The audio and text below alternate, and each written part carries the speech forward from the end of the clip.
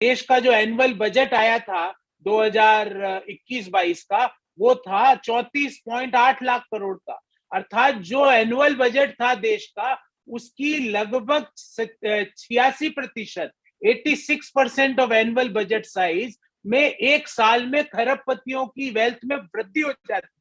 और हम यहाँ पे बोल रहे हैं हमारी वी शेप्ड रिकवरी हो गई। ये वी शेप्ड नहीं है, इसको कहते हैं के शेप्ड रिकवरी, जिसमें 86% हिंदुस्तानियों की आय घट रही है, मात्र कुछ खरबपतियों की आय बढ़ रही है। और वो कौन है, उनका ब्यौरा भी मैं लेके आया हूं।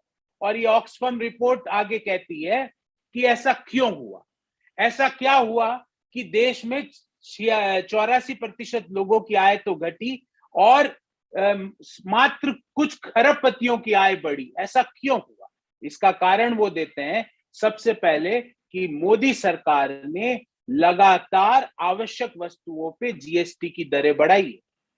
भले ही वो खेती पर टैक्स वसूलने का काम मोदी सरकार ने किया, भले ही वो जो फार्म इक्विपमेंट्स हो, भले ही वो फर्टिलाइजर्स हो, भले ही वो पेस्टिसाइड्स हो, भले ही वो एसेंशियल आइटम्स हो जैसे गारमेंट है, जूते हैं, मतलब जिसपे लगातार जीएसटी की दरें बढ़ाई जा रही। और ध्यान रहे, जब जीएसटी की दर बढ़ती है तो वो खरबपति के लिए भी उतनी बढ़ती है जितनी एक किसान के लिए जिसकी आय मोदी सरकार के आंकड़े के अनुसार 27 रुपए प्रतिदिन है। तो वो जो जो जो पहला कारण बताया है ये इनकम इनइक्वालिटी का, वो बताया गया है increase in GST of essential items.